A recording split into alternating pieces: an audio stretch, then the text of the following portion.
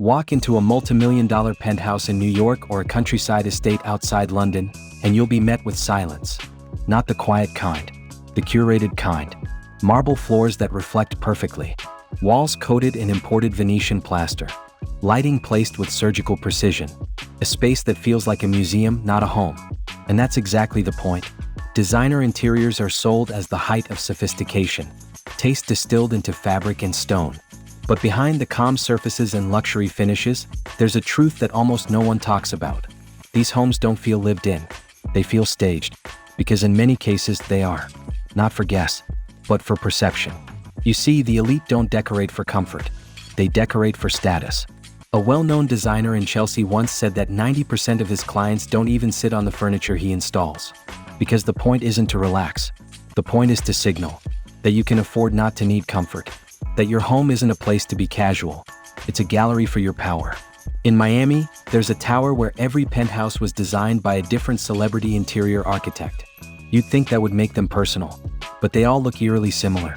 Grays, beiges, glossy black accents. Statement lighting fixtures. The same coffee table books laid out like props. The same flower arrangements that never wilt because they're changed every 48 hours. These spaces aren't about individuality. They're about alignment. If you know, you know. Certain textures, certain materials, speak in a silent code of wealth. A Hermes throw place just so. A vintage jean-proof chair nobody touches. An art piece in the corner that cost more than most people's homes, but matches the tone of the walls. It's not design. It's signaling. And then there's the psychology. A study from a luxury lifestyle group in the US found that many high-net-worth individuals report feeling more disconnected in their own designer homes than they do in hotels. Because the space wasn't made for them. It was made for what they wanted the world to believe about them. Minimalism not because they love it, but because clutter looks poor. The result? Homes that are beautiful on the outside but empty in feeling. Guests are impressed. Instagram followers are stunned. But the people living there? Often isolated. Unsure of where their own personality ends and the architect's vision begins. Of course, not all designer homes feel like this. But the darker truth is that many do. Because when money is no object, expression gets outsourced.